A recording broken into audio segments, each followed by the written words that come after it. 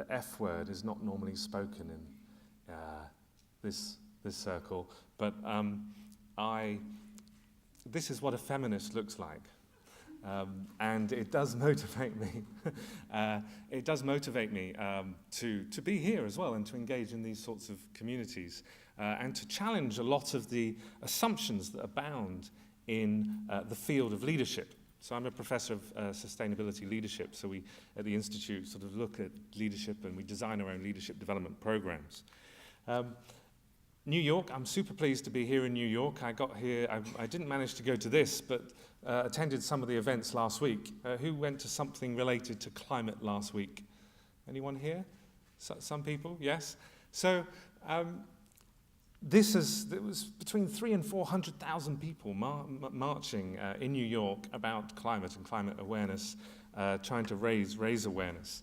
And the climate science is really worrying and really demands that we think again about the mainstream trajectory of our economy and society.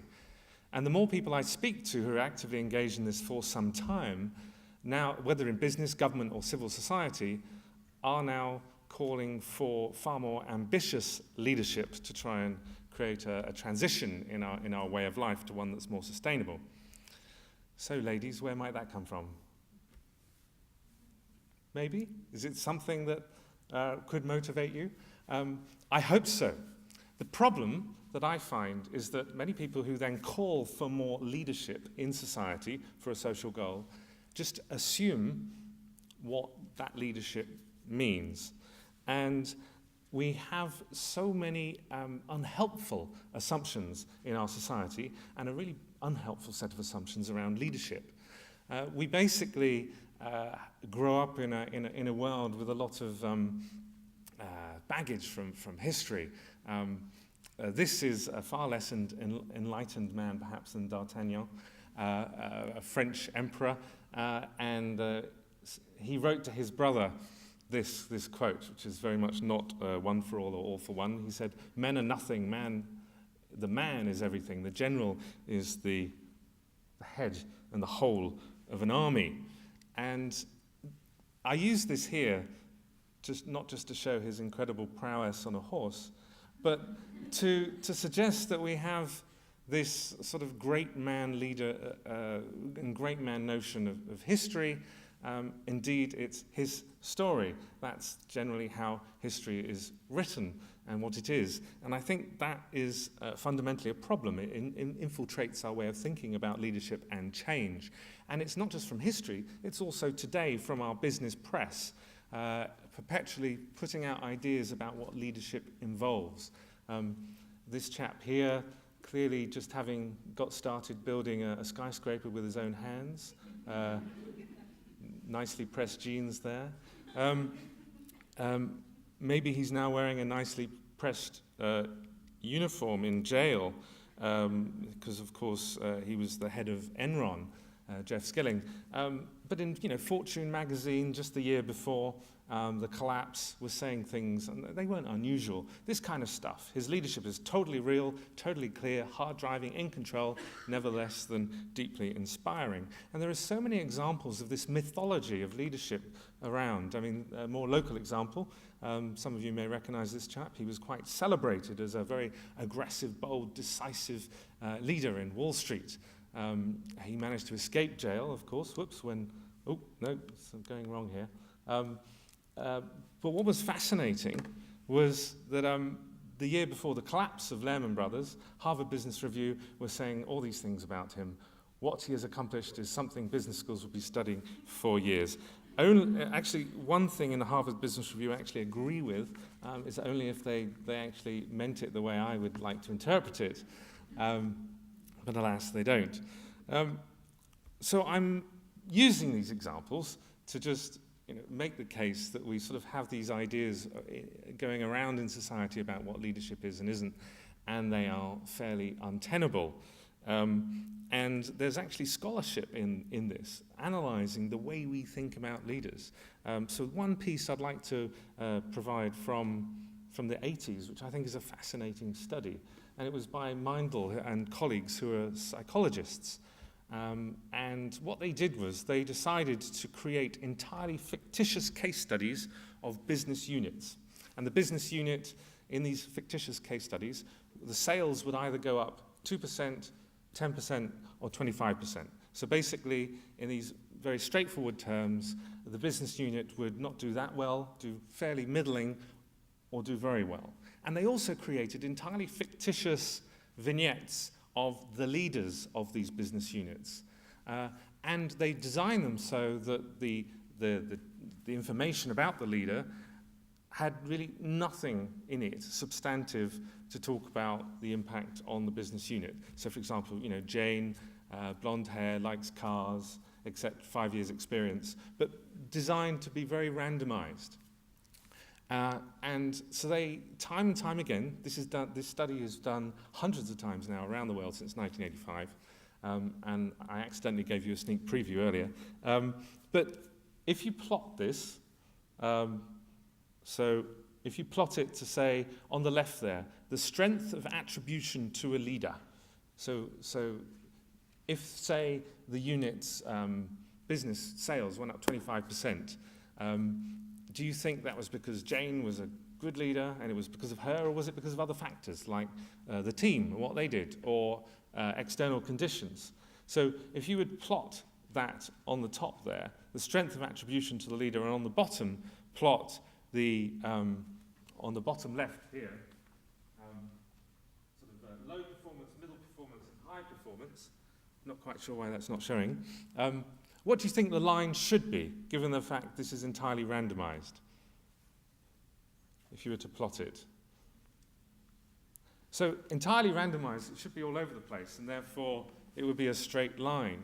But without fail, when this is done around the world, you get this, which basically means that people think that if an organization or a business unit does better than average or worse than average, it must be because of the leader, even when there's absolutely no evidence to support it. And other factors, like the team or context, has the exact opposite correlation there. So they found that, here we go, respondents rated leadership higher than other factors, even when they had little or no evidence upon which to base their judgment. So they're basically saying that we have fallen for a myth of leadership, and this is, we sort of have a romantic notion of the importance of some kind of charismatic individual, and this they call a romantic discourse, and it seems to be observed across cultures. It's quite incredible. So some people say, is it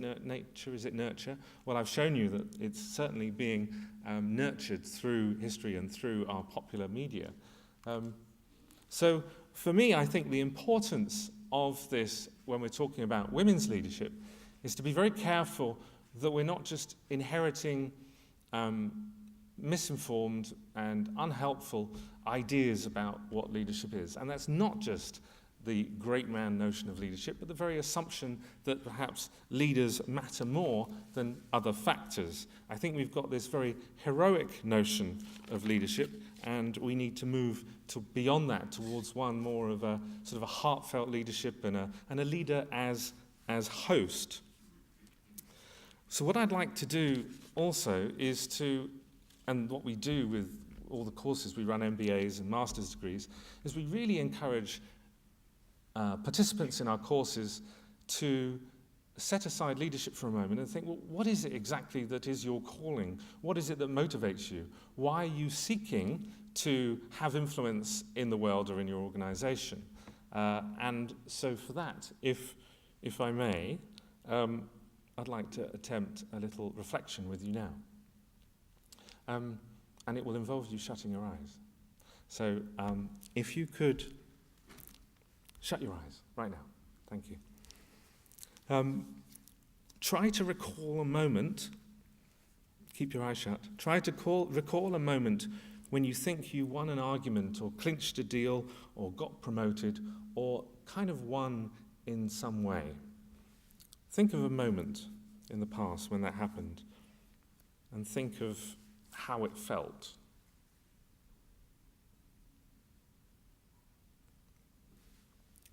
Keeping your eyes closed, now I'd like you to recall a different moment. Perhaps you were in nature or looking at a sunset, or where you were with friends, and so enjoying yourself in any of these situations, you lost yourself in the moment and the enjoyment of what you were doing. Try and taste that feeling that you had at that time.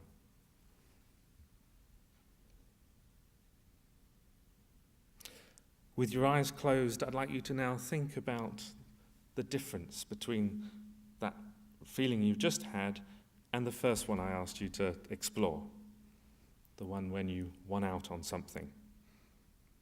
And perhaps consider whether that first feeling is more one of self-promotion, more worldly feeling, and the other is something perhaps slightly closer to your soul or some kind of intrinsic motivation. You can open your eyes now.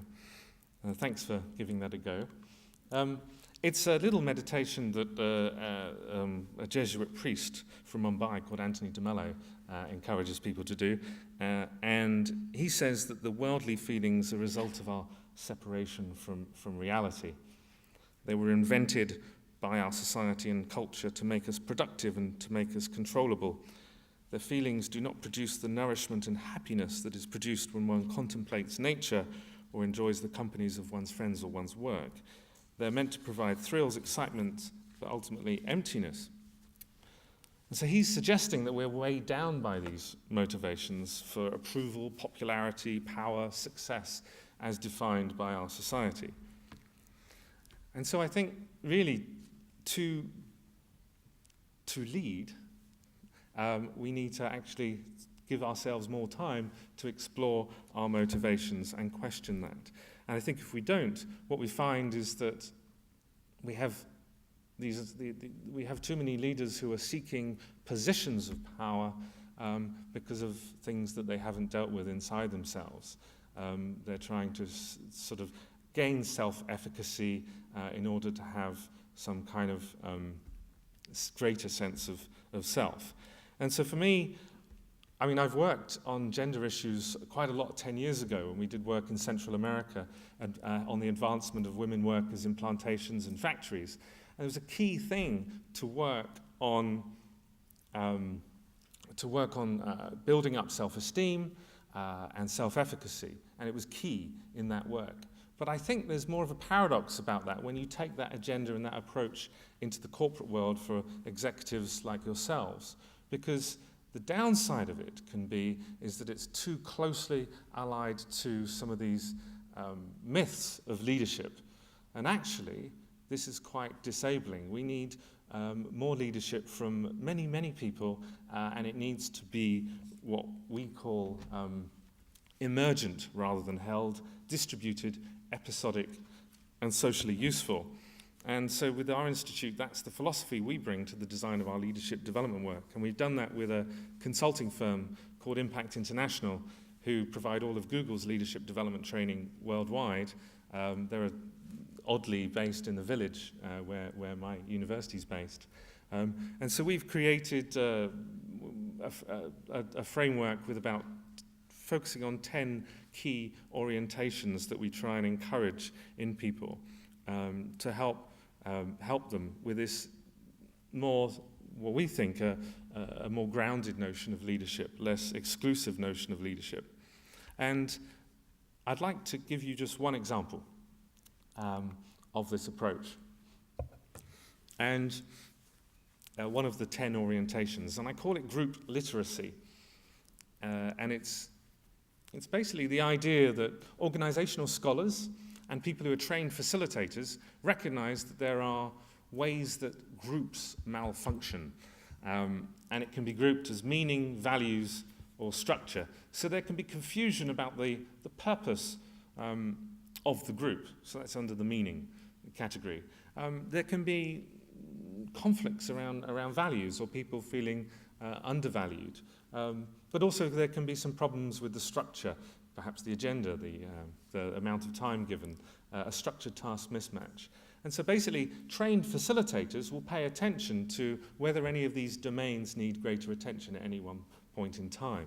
So I think if we move from the notion of leader as hero to a leader as host, you start to therefore think, well, how can I help a group function well to achieve a significant purpose? And this type of stuff becomes very, very relevant.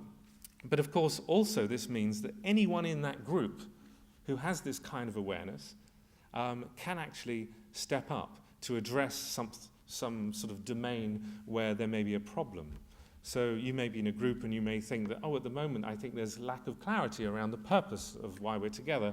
And then you might, if leadership is emergent, episodic, socially useful, you would be thinking, okay, well, you will make a contribution to try and address that dysfunction.